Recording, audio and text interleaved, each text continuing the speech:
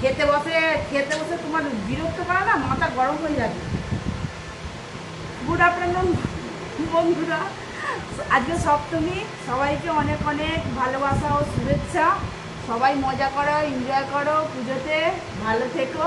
আর আজকে সপ্তমীর কি রান্না করেছি মেনু তোমাদের দেখাই এসো। এই যে প্রথমেই ভাত, এই যে বেড়ে নিয়েছি 3টে, ছেলে মেয়ে আর আমার।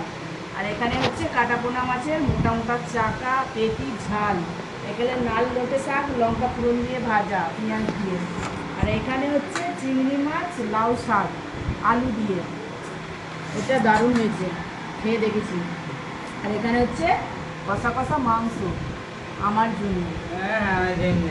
মেয়েরা মুখ ফাটিয়ে দেবো জানিস, তাড়াতাড়ি খেয়ে কোথায় ঠাকুর দেখতে যাবি বেরিয়ে যা।